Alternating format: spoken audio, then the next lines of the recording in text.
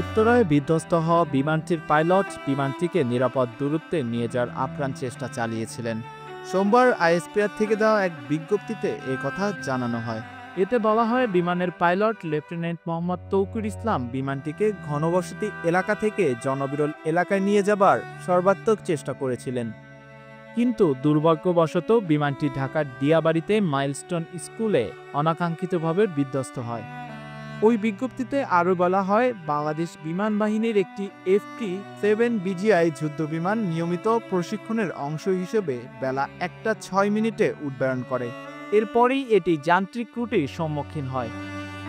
এই আকস্মিক দুর্ঘটনায় বৈমানিক সহ ১৯ জন নিহত এবং ১৬৪ জন আহত হন।